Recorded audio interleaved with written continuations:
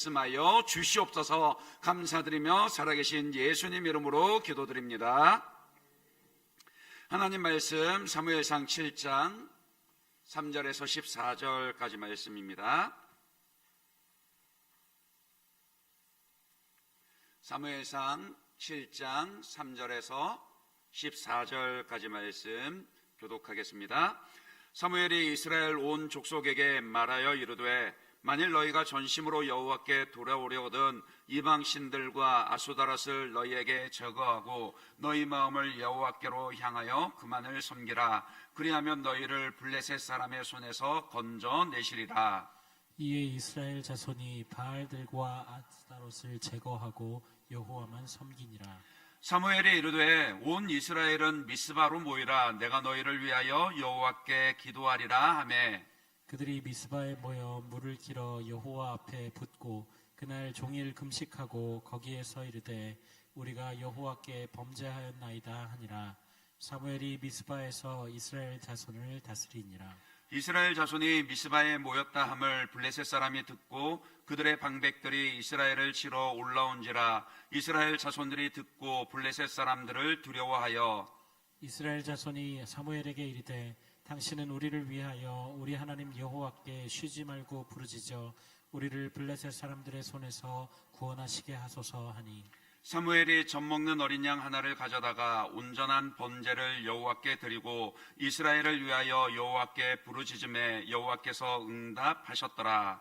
사무엘이 번제를 드릴 때에 블레셋 사람이 이스라엘과 싸우려고 가까이 오매 그날에 여호와께서 블레셋 사람에게 큰 우레를 발하여 그들을 어지럽게 하시니 그들이 이스라엘 앞에 패한지라. 이스라엘 사람들이 미스바에서 나가서 블레셋 사람들을 추격하여 백갈 아래에 이르기까지 쳤더라.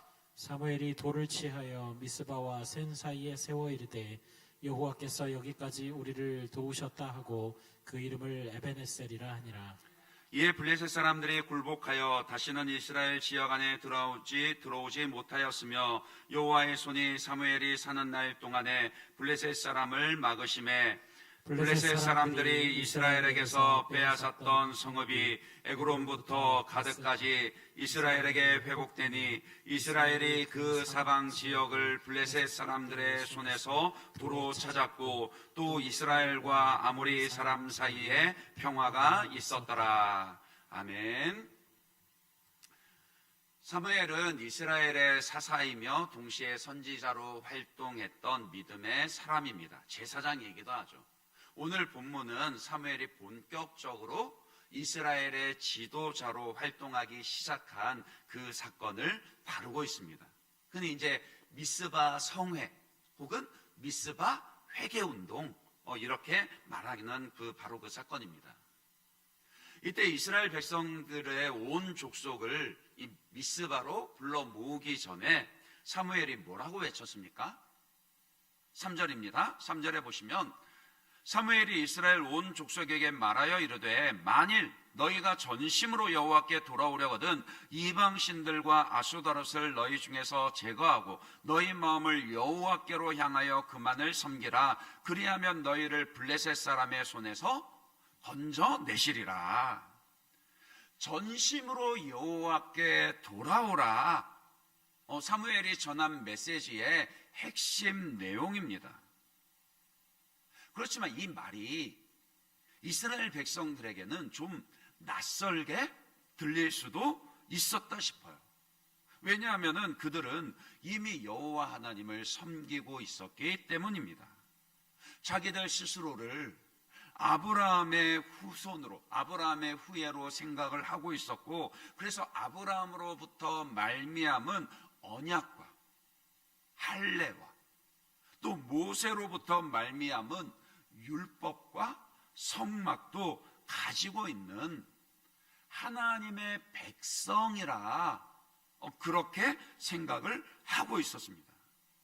그들은 여호와 하나님께 제사도 드리고 있었습니다. 그러니 당연히 자기들은요, 나는 선택받은 하나님의 백성이라 그렇게 여겼죠. 아니, 우리가 하나님을 떠난 일이 없는데 왜 하나님께 돌아오라 하나? 하나님께 돌아오라니 무슨 말인가? 이런 생각하지 않았을까요? 만약 여러분에게 회개하여 예수를 믿고 하나님께 돌아오십시오, 여러분들이 하나님께 돌아와야 합니다, 이렇게 외친다라면 솔직히 어떻게 반응을 하시겠습니까? 저는 예수님 믿습니다. 저 교회 다니고 있어요. 이렇게 대답하지 않겠습니까? 오늘 우리에게 하나님께 돌아오라 이 말이 낯설게 느껴지는 것처럼 그때의 이스라엘 백성들에게도요, 사무엘 선지자의 말이 낯설게 들릴 수 있었다는 겁니다. 그러면 도대체 사무엘 선지자가 백성들을 향하여서 하나님께 돌아오라 외친 이 말이 무슨 의미일까요? 이제 그 점을 상고하면서 우리의 믿음과 기도가 어떠해야 하는지 그것을 묵상하며 함께 은혜를 나누려고 합니다. 첫째로 하나님께 돌아오라 이 말은요, 다른 신들, 즉 우상을 버리라, 그런 뜻입니다. 다시 3절 말씀을 보세요. 만일 너희가 전심으로 여호와께 돌아오려거든, 조건을 걸죠. 전심으로 여호와께 돌아오려거든 어떻게 하라고 명령을 합니까?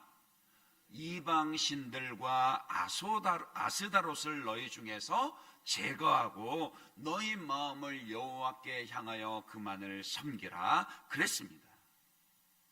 맞습니다. 이스라엘 백성들은 자기들의 말처럼 여호와 하나님께 택함받은 하나님의 백성들입니다. 그들은 하나님을, 여호와 하나님을 섬기고 있었습니다. 그런데 문제는 뭐죠? 다른 우상들도 함께 섬기고 있었더라고요. 아스다롯은 가나안 땅, 즉 페니키아의 토착 신으로 성경에서는 이제 아스다롯으로 기록을 하기도 하고 또 아세라, 그렇게 혼용을 하기도 합니다. 주로 바알의 배우자로 그렇게 묘사되는 여신이죠. 가나안 땅 사람들은 이 아스다롯 여신이 풍요와 다산을 주관한다, 그렇게 믿었거든요. 그러니까 이스라엘 백성들이 말로는 여호와 신앙이라 그렇게 떠들어댔지만 실상은요, 혼합주의 종교를 가지고 있었더라고요. 자기들에게 풍요와 복을 주기만 한다라면은 여호와도 좋고 바알도 좋고 아세라도 좋고 그렇게 여러 신들을 다 섬기고 있었다라는 겁니다. 그들의 입장에서는 자기들이 한 번도 여호와 하나님을 떠난 적이 없습니다. 그런데 하나님만 바라보며 섬기기에는 불안했더라고요. 하나님이 이 적과 꿀이 흐르는 땅에 이른 비와 늦은 비를 때를 따라 주신다 했는데 하나님이 비를 주시지 않으면 어떡하지? 비가 오지 않아서 가뭄이 들면 어떡하지? 그래도 저 가나안 족속들은 오랫동안 이 땅에 정착하고 살면서 그렇게 농사를 짓고 살았는데 저들이 저토록 바알과 아세라를 섬기는 것은 그래도 뭐가 있으니까 저렇게 섬기는 거 아닌가? 그래, 혹시 모르니까 내가 여호와 하나님도 섬기면서 또 바알도 아세라도 같이 섬기면 그게 가장 좋겠다. 그렇게 신앙 가운데 타협을 하고 혼합주의 신앙으로 하셨다라는 겁니다. 그런데 하나님이 보실 때는 이런 신앙이야말로 뭐라고요? 하나님을 떠난 신앙이라고요. 왜냐하면 하나님께서 자기 백성들에게 요구하는 신앙은 철저히 하나님만 경외하고 섬기는 신앙이기 때문입니다. 그건 처음부터 그랬어요. 처음 그 백성들을 부르실 때부터 하나님은 그렇게 요구하셨습니다. 대표적으로 신명기 6장 4절 5절 말씀 한번 볼까요? 잘 아시는 말씀이죠. 여러분 한번 읽어봐 주세요. 같이 읽습니다. 시작. 이스라엘아 들으라. 우리 하나님 여호와는 오직 유일한 여호와이시니 너는 마음을 다하고 뜻을 다하고 힘을 다하여 내 하나님 여호와를 사랑하라. 우리 하나님 여호와는 오직 유일한 여호와, 오직 유일한 하나님이시니 너희는 너희의 마음과 뜻과 힘을 다하여서 내 하나님을 섬기라. 이 말은 내 하나님만 섬기라, 그런 명령입니다. 하나님은요, 여러 신들 중에 그저 하나로 그렇게 백성들이 섬기는 것을 원치 않으십니다. 내 이익에 따라서 얼마든지 바꿀 수 있는 그런 신으로 하나님을 섬기는 것 원치 않으신다라고요. 오히려 불쾌하게 여기시고 굉장히 화를 내십니다. 왜냐하면 하나님은, 우리 하나님은요, 다른 신들, 다른 우상들과 비교하는 것 자체가 하나님을 모독하는 것이거든요. 그래서 성경에서는 언제나 하나님을 경외하고 섬기되 그냥 하나님을 섬기는 것이 아니라 오직 하나님만 믿고 섬기라 명령합니다. 따라서 선택받은 이스라엘 백성들을 향해서도요, 하나님께 돌아오라, 너희는 지금 하나님께 돌아오라, 그렇게 명령할 수 있는 것도요, 그들이 오직 하나님만 섬겨야 했기 때문이라고요. 그들이 정말 온전히 하나님만 섬기기 위해서는 반드시 먼저 필요한 것이 다른 신들, 다른 우상들을 버리는 것이었습니다. 그건 오늘 우리도 마찬가지입니다.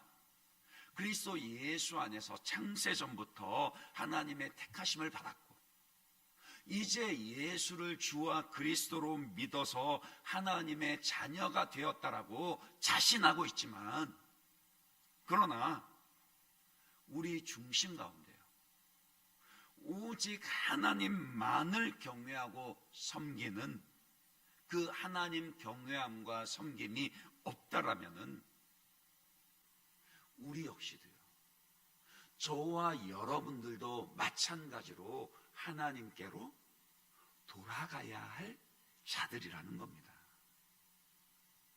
물론 우리가 오늘 섬기는 우상이 바알이나 아수다롯은 아닐 겁니다. 하지만 성경에 등장하는 이 바알은요, 모든 우상들의 대표 명사로 그렇게 이해를 할 수 있습니다. 그러니까 바알을 섬기지는 않지만 바알과 같은 우상은 섬기고 있을 수 있죠.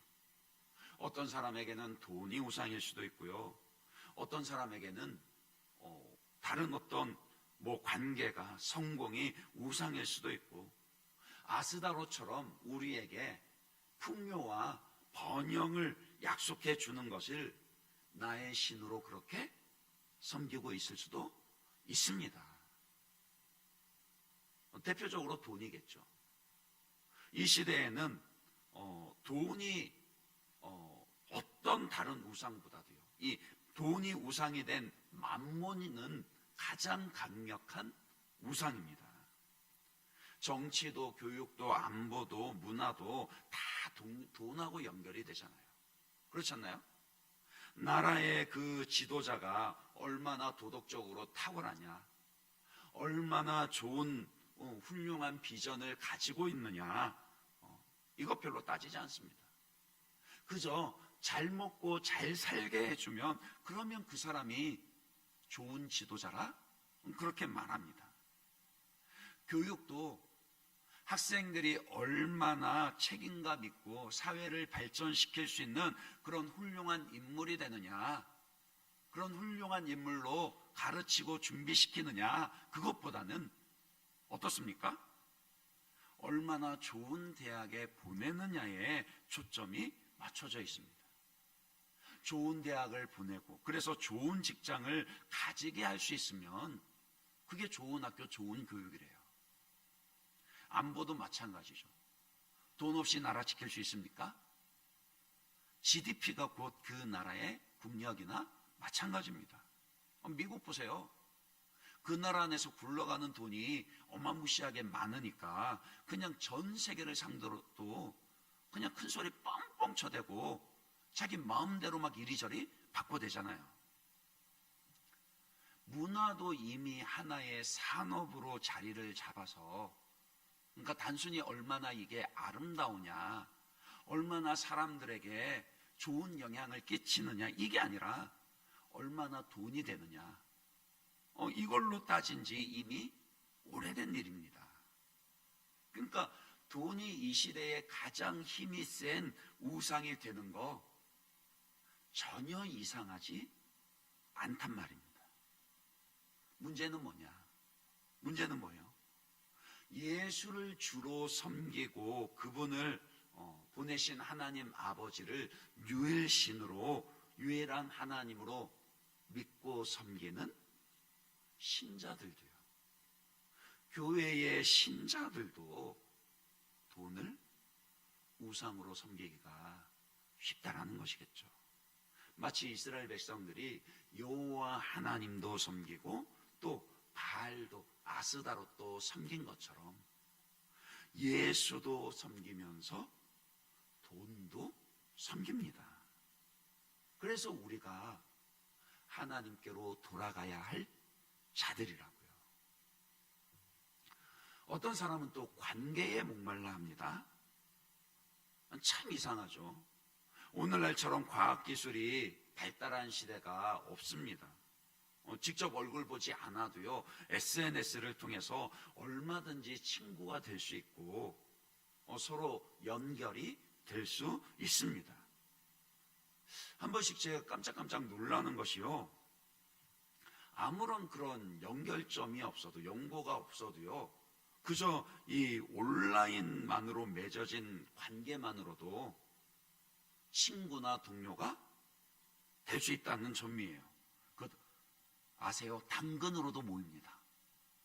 당근으로도요, 카톡으로, 인스타그램으로, 그냥 취미가 같다는 이유로, 같은 지역에 있다는 이유로 전혀 모르는 사람들이 시간과 장소 정해서 같이 모여서 러닝도 하고 자전거도 타고 그렇게 동호회 활동을 합니다. 어떻게 전혀 모르는 사람들하고 그렇게 어울릴 수 있죠? 제가 너무 구닥다리 사람이에요? 그만큼 사람들이 어떻게, 그러니까 이런 모습들이요, 그만큼 오늘날 사람들이 관계에 목말라 한다라는 그런 반증이기도 합니다. 과학기술이 발달해서 이전 세대는 상상도 할 수 없을 만큼 많은 사람들과 그렇게 관계를 맺고 친구가 될 수 있는 그런 시대가 되었지만은, 그러나 그 이상으로요, 모든 사람들이 정말 마음을 나눌 수 있고 친밀한 그런 관계에 목말라 한다라는 거예요. 오늘날 많은 사람들이 마음의 그런 상처들과 정신적인 질환들을 앓고 있다라고 이야기를 하는데, 대부분 다 보세요. 그 원인이 어디에 있습니까? 관계 때문 아닌가요? 그러다 보니까 점점 누군가에게, 사람들은 누군가에게 의존하거나 집착하는 경우들이 굉장히 많습니다. 그건 애착이 아니라, 애정을 넘어서서 애착이 아니라 집착이죠. 그런데 그것 아세요? 사람도 우상이 됩니다. 하나님이 우리에게 이웃을 내 몸같이 사랑하라 하셨지만 사랑이 아니라 사람에게도 집착을 하면요, 그 사람도 우상이 됩니다. 하나님보다 하나님만큼 사랑하고 의존한다면 그 사람이 곧 내게 우상이 되는 거라고요. 어떤 의미에서는요, 돈보다도 더 끊어버리지 못하는 우상이 바로 사람입니다. 저 사람 없으면 안 될 것 같고, 저 사람마저 내 곁에 없으면, 날 사랑해 주지 않으면 아무도 나를 사랑하지 않을 것 같고, 저 사람이 내 곁에 있어야만, 혹은 내 곁에 누군가가 있어야만 내 마음이 안정되고 행복할 수 있다? 그러면 그거 이미 뭐라고요? 우상이라고요. 우상이 뭡니까? 우상 다른 거 아니에요. 하나님이 아니면서도 하나님의 자리를 차지하면 그게 우상입니다. 하나님이 줄 수 없는 것들을 마치 줄 수 있는 것처럼 거짓으로 속이면 그게 바로 우상입니다. 기억하십시오.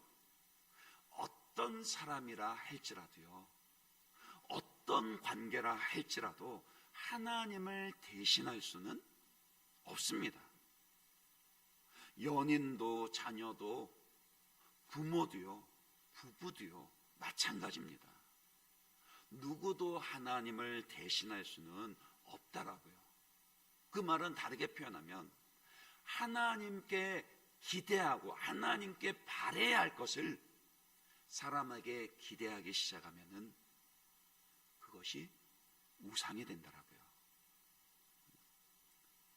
그러니까 내가 그 사람을 하나님만큼 사랑하고 의지하고 집착하고 있으면 이미 그 사람은 내 속에서 우상이 되어버린 겁니다. 그것을 버려야 한다라고요. 우리가 예수를 믿으면서도 하나님이 아닌 다른 것이 우리 속에 우상이 되어 있다면 그거 버려야지 하나님께로 돌아갈 수 있습니다. 가령 생각해 보세요. 물에 빠졌는데 막 주머니에 발에 무거운 추를 매달고 있어요. 그 추를 벗어버리지 않고 아무리 허우적거린다고 해도 물 밖으로 벗어날 수 있습니까? 없습니까? 없죠. 마찬가지라고요.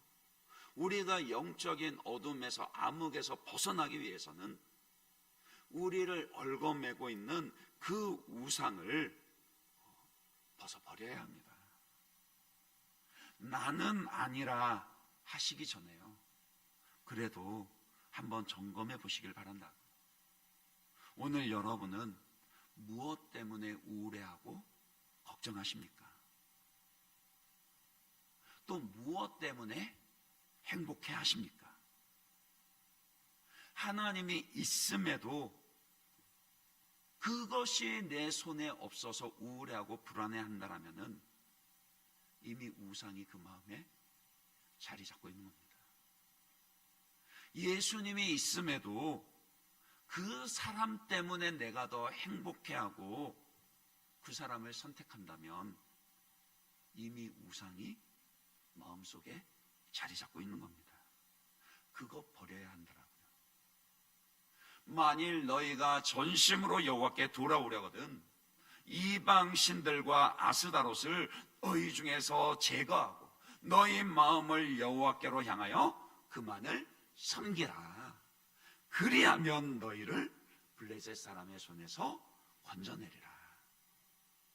여러분의 마음 가운데 있는 모든 우상들을 이 밤에 성령께서 보게 하실 뿐만이 아니라 그 모든 집착과 우상들을 버릴 수 있기를 주님의 이름으로 간절히 축원합니다. 그렇게 사무엘은 이스라엘 온 족속들을 미스바로 모았습니다. 그리고는 그 백성들과 함께 회개하며 기도하죠. 6절 말씀입니다. 같이 한번 읽어볼까요? 6절 같이 읽습니다. 시작. 그들이 미스바에 모여 물을 길어 여호와 앞에 붓고 그날 종일 금식하고 거기에서 이르되 우리가 여호와께 범죄하였나이다 하니라. 자, 근데 한번 보세요. 여기서 사무엘 선지자가 아주 독특한 행동을 하죠. 독특한 제사를 드립니다. 이제 나중에 번제를 드리기는 하는데 그 전에 먼저 그가 무엇을 했다 그래요? 물을 길어서 여호와 앞에 부었다.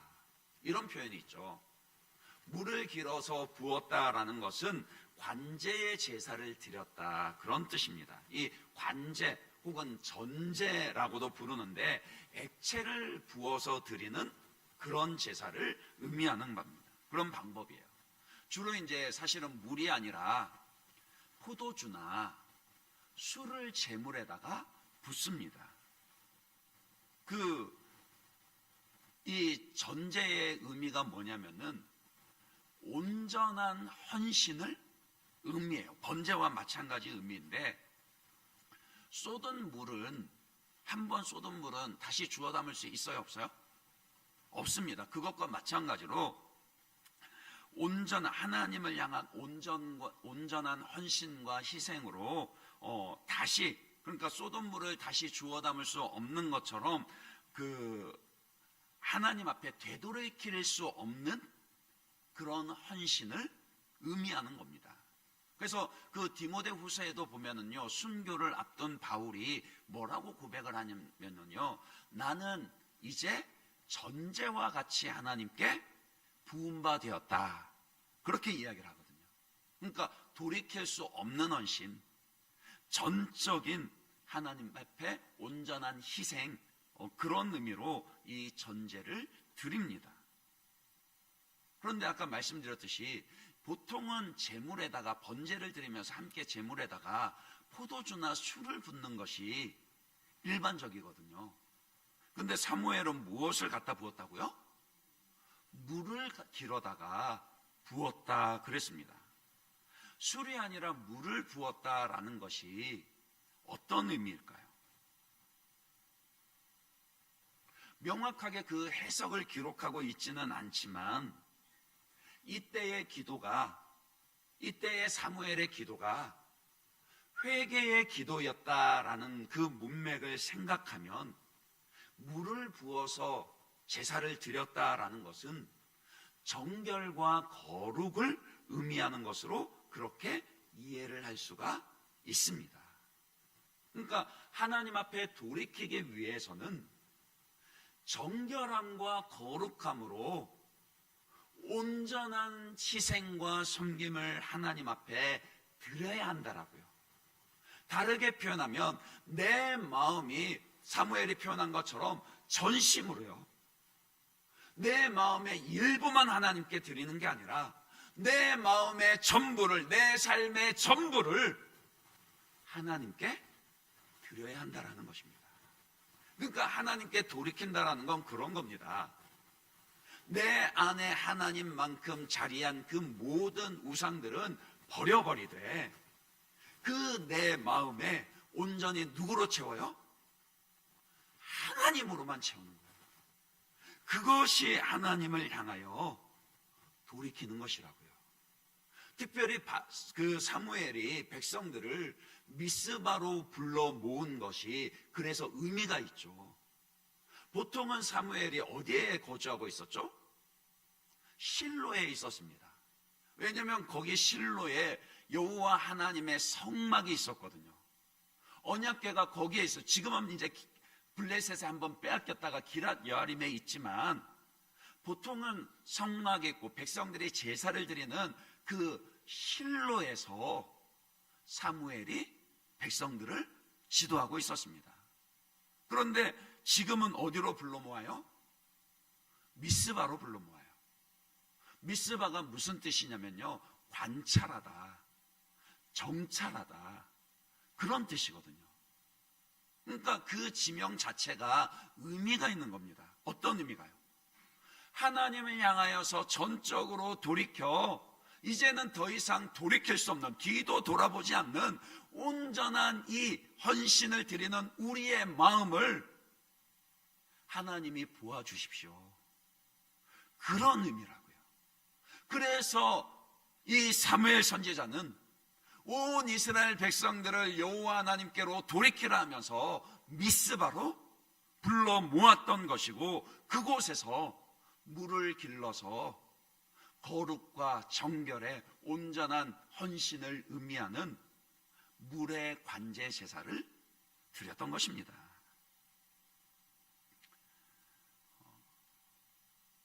그리고는 또 뭐 했다 그러죠? 금식했다 그랬어요. 온 백성들과 함께 금식했다 그랬습니다. 금식이 뭔지는 다 아시죠? 사람이 먹지 않으면 어떻게 됩니까? 모르셔요? 일단은 배가 고프겠죠. 그러나 계속해서 금식을 하면 어떻게 되죠? 죽습니다. 그러니까 먹을 것을 끊는다, 금식한다, 그 말은 자기의 생명보다도 더 귀한 것이 있다, 그런 뜻이에요. 그러니까 미스바에서의 이 금식은 그 자기들의 생명보다도 하나님께로 돌이키는 것이 더 중요합니다. 그동안은 나의 풍요를 위해서라면, 나의 성공을 위해서라면, 내 만족과 나의 번성을 위해서라면 바알도 괜찮고 아스다롯도 괜찮고 다른 우상들도 섬겼었지만, 이제 그 모든 우상들을 버리고 내 모든 욕심들을 다 버리고 내게는 이제 오직 여호와 하나님만이 가장 소중합니다. 그런 의미로 금식하며 회개하고 기도한 것이라고요. 그러니까 하나님을 향하여서 돌아선다, 하나님을 향하여서 돌이킨다라는 것은요, 전적으로 우리의 마음의 전부를, 자기의 전부를 하나님께 드리는 것입니다. 하나님을 향하여 회개하며 돌아서는데 그냥 반쯤 돌아서는 것, 그런 건 없더라고요. 하나님 앞에 돌아서는 건요, 항상 유턴입니다. 180도 돌아서는 거예요. 완전히 돌아서는 겁니다. 그래야 하나님께 온전히 돌아서는 겁니다.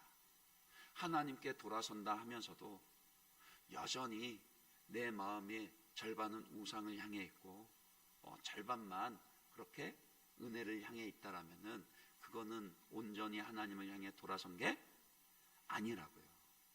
특별히 사무엘이 백성들을 왜 미스바로 불러 모았는지를 기억하십시오. 하나님께 돌아서기 위해서는 우리가 돌이켜 가야 할 곳이 있습니다. 그렇잖아요. 우상들을 버리라 할 때는 그 백성들의 각 삶의 자리, 백성들이 살고 있는 그곳에서 우상들 버리라 했습니다. 그런데 우상들 버리고 그곳에서 제사 드리고 금식하라 한 게 아니라 우상을 버리고 난 이후에는 어떻게 하라고요? 미스바로 모이라고요. 하나님께 돌아설 때는 우리의 전적인 그 정결한 헌신을 보여드릴 수 있는 은혜의 자리로 나오셔야 한다라고요.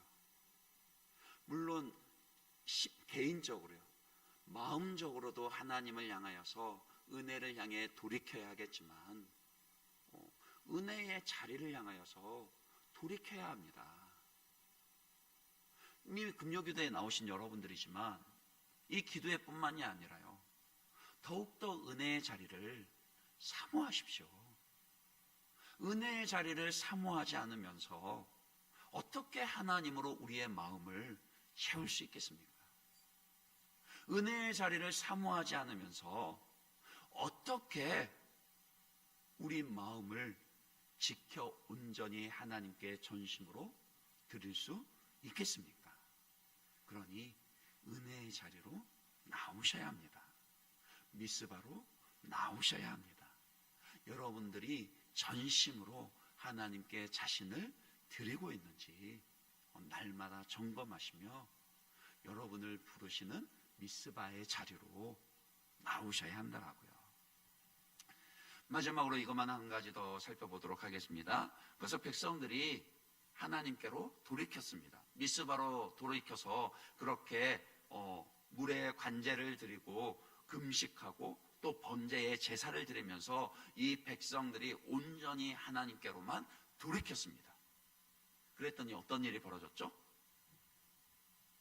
블레셋이 쳐들어와요. 온 이스라엘 백성들이 미스바에 모여있다 그 얘기를 듣고는 블레셋이 이스라엘을 쳐들어옵니다. 자, 그러면은요, 공연히 돌이켰나? 공연히 하나님만 믿는다고 했나? 그냥 예전처럼 하나님도 믿고 아스나로도 믿고 그랬으면 이런 전쟁 없었는데 괜히 그랬나? 이런 생각을 할 수 있어요, 없어요? 있습니다. 전도할 때 보십시오. 다른 종교를 가지고 있다가 처음 교회에 나오신 분들 가운데 집안에 우환이 생기면은 당장 그 고민부터 하잖아요. 한 집안에 두 종교 있으면 안 된다. 이런 얘기 못 들어보셨어요? 들어보셨을걸요? 그러니까 예수를 믿었는데 하나님을 향하여서 돌이켰는데 내가 원하는 아소다롯이 주리라고 약속한 그 풍요와 다산이 당장에 주어지지 않으면 공연히 그랬나? 그런 생각 할 수 있어요. 그런데 오늘 이 이스라엘 백성들 보십시오. 그들이 전적으로 여호와 하나님께로 돌이키고 나니까 그렇게 원망하거나 불평하거나 혹은 두려워하는 그런 모습이 있습니까? 없습니까? 없습니다. 전에 같으면요, 사사시대를 지나왔잖아요. 사사시대 같으면은 그 블레셋이 대군을 이끌고 쳐들어온 것만으로도 이 백성들은 벌벌벌벌 떨며 곧바로 항복을 해버렸을 겁니다. 그런데 지금의 모습은 어떻죠?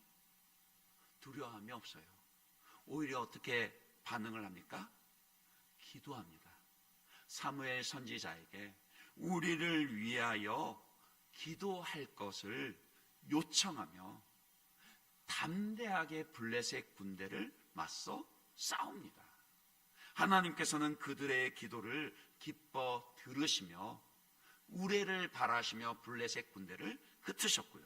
그래서 이스라엘 군대가 그들을 쳐들어가며 오히려 쳐들어온 적군을 물리치는 정도가 아니라 블레셋에게 빼앗겼던 그 큰 성읍들 에그론을 비롯해서 잃어버렸던 땅을 되찾게 되는 그런 승리의 역사를 경험하게 됩니다. 이것이 하나님께 전적으로 돌이킨 자들에게 주어지는 승리요 복이라고요. 아스다롯은 풍요를 줄 것이라 거짓으로 약속했지만요, 하나님은 우리에게 진정한 승리를 주십니다. 그러니 우리가 전적으로 하나님을 향하여 우리의 마음을 돌이키고 하나님만을 섬기면 무엇도 두려워할 필요가 없다라고요. 우리가 전적으로 하나님께로 돌이켜 하나님만을 경외하고 하나님만을 섬기게 되면 하나님의 도우심과 승리를 경험하게 됩니다.